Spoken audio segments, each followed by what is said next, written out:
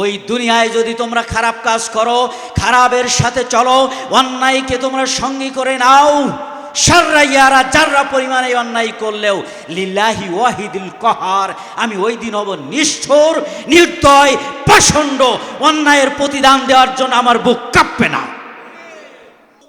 সূরা বাকারার 129 নম্বর আয়াত, ওয়া ইউআল্লিমুহুমুল কিতাবা ওয়াল হিকমা, কোরআনের জ্ঞানে প্রশিক্ষণে প্রশিক্ষিত হবে। একসঙ্গে 28 রাকাত সুন্নাত পড়বে না, জেনে শুনে বুঝে পড়বে। ওয়া ইউযাক্কিহিম, তারা পরিশুদ্ধ হবে ব্যক্তি জীবনে, পারিবারিক জীবনে, সামাজিক জীবনে, রাষ্ট্রীয় জীবনে, শিক্ষা জীবনে, ব্যবসা জীবনে, সাংস্কৃতিক জীবনে, সমস্ত জীবনে এমন পরিশুদ্ধ হবে যে আল্লাহ তাআলা আমার এই দায়িত্ব দিয়েছেন, কাল কিয়ামতের মাঠে যদি আমি যথাযথ পালন না করতে পারি, কিয়ামতের মাঠে চোরের কাতারে আমাকে দাঁড়াতে হবে।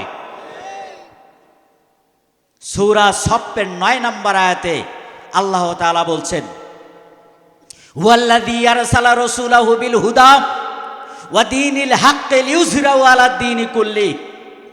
আমার প্রিয় বান্দাগণ, তোমাদের কল্যাণে আমি এই রসুলকে পাঠিয়েছি, তোমাদের কল্যাণে এই মহাগ্রন্থ আল কোরআন পাঠিয়েছি।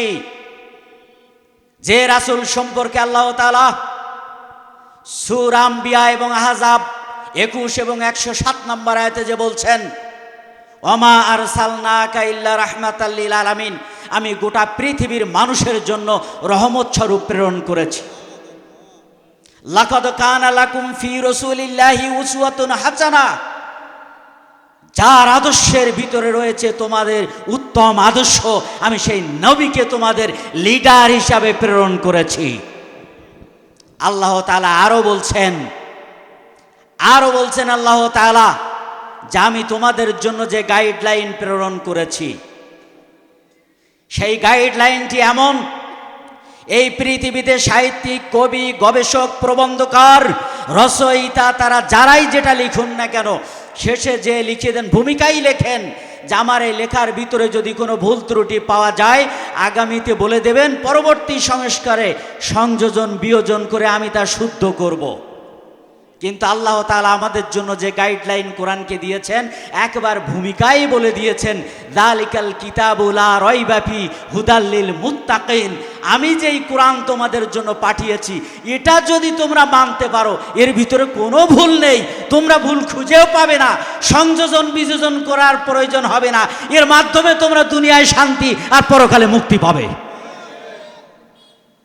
এই কোরআনে কারিমকে সঙ্গে নিয়ে সমস্ত নবী রাসূলগণ যে কাজ করে গিয়েছেন, এই কাজ করাই খেলাফতের দায়িত্ব দেওয়ার জন্য আল্লাহ তাআলা আপনাদের আমাদেরকে এই দুনিয়ায় পাঠিয়েছেন। রাসূল ওই মিনা প্রান্তরে দাঁড়িয়ে বলেছিলেন, ইয়া আইয়ুহান নাস ইন্না রাব্বাকুম ওয়াহিদ আবাকুম ওয়াহিদ লা ফাদ্দিলা আরাবিয়ান আলা জামিয়ান লা ফাদ্দিলা জামিয়ান আলা আরাবিয়ান লা ফাদ্দিলা আসওয়াদুন আলা আহমার ওয়া লা ফাদ্দিলা আহমারুন আলা আসওয়াদ ইল্লা বিত্তাকওয়া।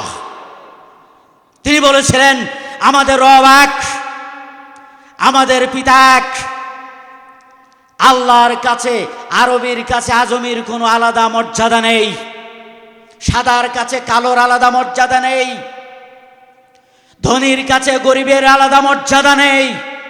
আল্লাহর কাছে মর্যাদা তারই বেশি যার ইবাদত আমল ভালো, আল্লাহর মুত্তাকি হতে পেরেছে তার মর্যাদা বেশি। আমরা সেটাই মনে করি। 5000 বিঘা জমি আর 500 বিঘা জমির আলাদা কোনো মর্যাদা আমাদের কাছে নেই। যে আল্লাহর মানুষ যেই কপাল সিজদায় ঠেকায় তারই মর্যাদা আমাদের কাছে বেশি। আল্লাহ পাক রব্বুল আলামিন আমাদের জন্যই বলছেন সূরা নিসার 76 নম্বর আয়াতে, আল্লাযীনা আমানু ইউকাতিলুনা ফি সাবিলিল্লাহ ওয়াল্লাযীনা কাফারু ইউকাতিলুনা ফি সাবিলিহিত তাগুত। আমার বান্দারা, তোমাদের জন্য দুইটা পথ, একটা পথ আল্লাহর পথে থাকা, আর একটা পথ তাগুতের পথে থাকা, আল্লাহর বিরোধিতা করা। সুতরাং আমাদেরকে আল্লাহর পথে থাকার জন্য এবং আল্লাহর খেলাফতের দায়িত্ব পালন করার জন্য যেহেতু সমস্ত নবী রাসূলগণ এই কাজ করেছেন, সেই কাজ করার জন্য আমাদেরকে সবাইকে প্রস্তুত গ্রহণ করতে হবে। এখন প্রশ্ন থাকে যে এই কাজ আমি একা একা করব না সবাই মিলেমিশে করব? সেটা আমরা বললে তো হবে না।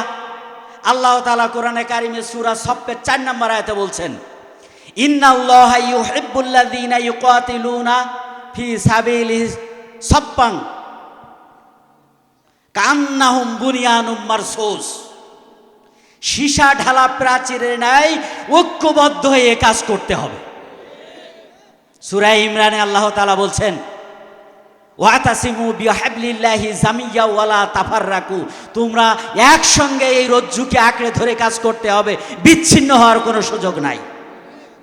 আল্লাহ রাসূল সাল্লাল্লাহু আলাইহি সাল্লাম বলছেন, ইদা কানা সালাসাতুন ফি সাফরিন ফালিউআমিরু আহাদুহুম, তোমরা তিনজনও যদি কোথাও বেড়াতে যাও, তোমাদের মধ্য থেকে একটা আমির, একটা সভাপতি, একটা প্রতিষ্ঠান বানিয়ে নাও। এই জন্য বাংলাদেশ জামাত ইসলামী আপনাদের আমাদের সবার সঙ্গে করে নিয়ে একটা সাইনবোর্ড করে একসঙ্গে আগাচ্ছে।